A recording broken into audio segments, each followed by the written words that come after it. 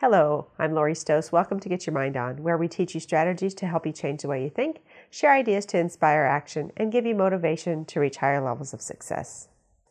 Thanksgiving is one of my favorite holidays. It's a great time to really think about how grateful we are for many things, for our friends, our family, and for our health. We really think about gratitude. Gratitude is when we really should take some time to think about the simple things in life and how much we should appreciate them. And Thanksgiving is just a perfect time to allow us to do so.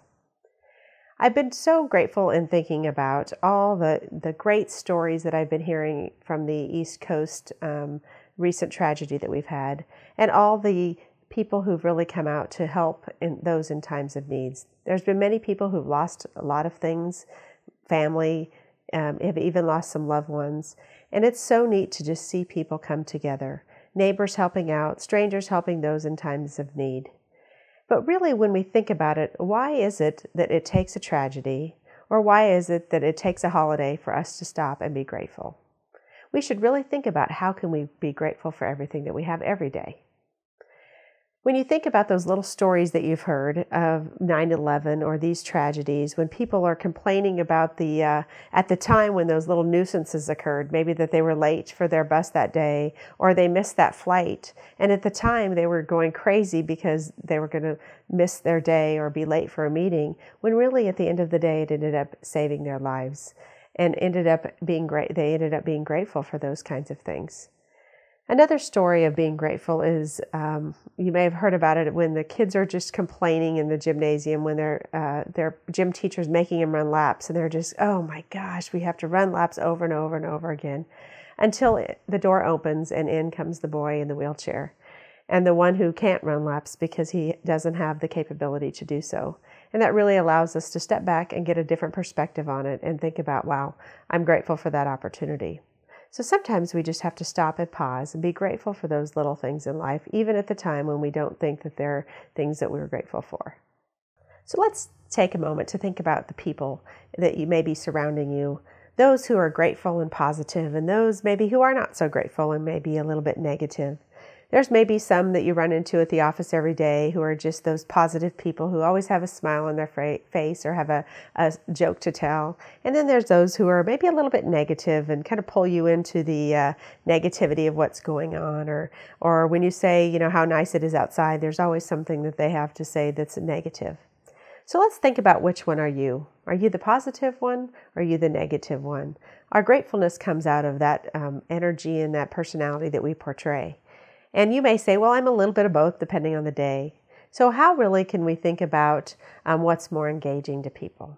Think about the impression you leave every day on the employees or the peers that you work with, or even your customers. How can you really think about leaving them in a better place every day when you're with them by portraying that attitude of gratitude and being very positive?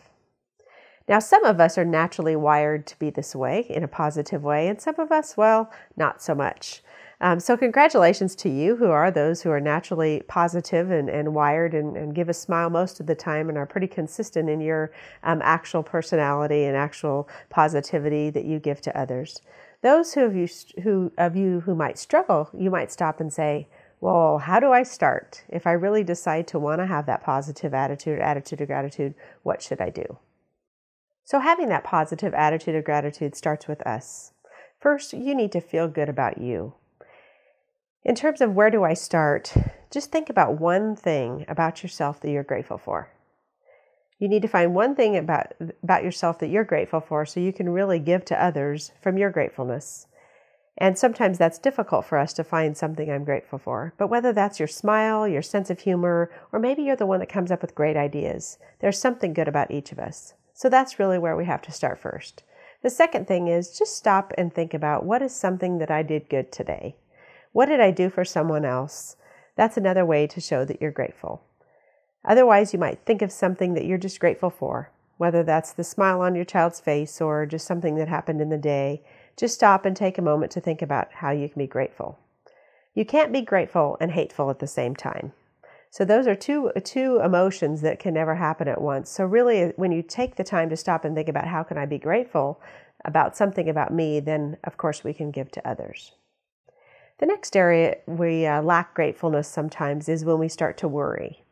Worrying, does anybody worry? There's lots of things that we might worry about, whether that's the, gosh, am I going to have a sale today? Or maybe I prepared a presentation for my boss and I'm not really sure what he's going to think about it. Or I could be worrying about college and I haven't saved enough money for my kids. Or it could be that, gosh, my dad died from a heart attack at age 50, and is that me too? So we spend lots of time worrying, and as many of you know, 90% of our worries never happen. But we have this great imagination that makes things feel really real at the time. But that's the difference. Worrying is about the future, where gratefulness is really about today. Gratefulness is being in the moment, and having an attitude of gratitude is about today. So we really can't be thinking about worrying and thinking about being grateful in the same moment. So if you can just really stop and be present and think about an attitude of gratitude, that'll allow you to be grateful for what's today and not worry about what's tomorrow. Let's talk now about generosity. Can you be generous without being grateful? Is it easy to give to others if you're not grateful yourself? Well, that's a cycle. When we feel good about what we have and we have good emotions about it, we give. We give to others, and then guess what? Once we give to others, it makes us feel good. So we have this cycle that continues about when we feel good, we give, and when we give, we feel good again. So it's a continuous cycle to think about how generosity is created and how that all starts from us feeling good in the very first place. John Wellwood has a quote that says, "The most powerful agent of growth and transformation is something much more than any technique. It's a change of heart." I can give you lots of tools and techniques today to think about gratefulness and generosity, but it all starts with you.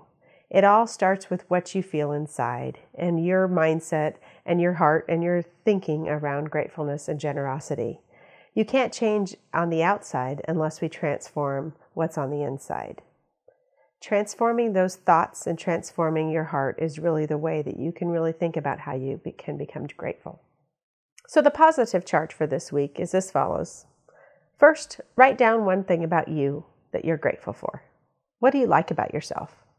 Second, what's one thing that you're grateful for about something you've done for others or something that you've received in your day? Thinking about your gratefulness allows you to change your perspective on receiving and giving. Let's think about generosity. Take some time this week to give a random act of kindness to someone. Remember, when we give, we receive even more. Thank you for listening today. Take some time this week to think about all the things that we're grateful for. Let's not wait for a holiday or a catastrophe or a crisis to stop and think about what we're grateful for. We have many things in our life that we should be very happy for and grateful for. Thanks for listening today, and get your mind on.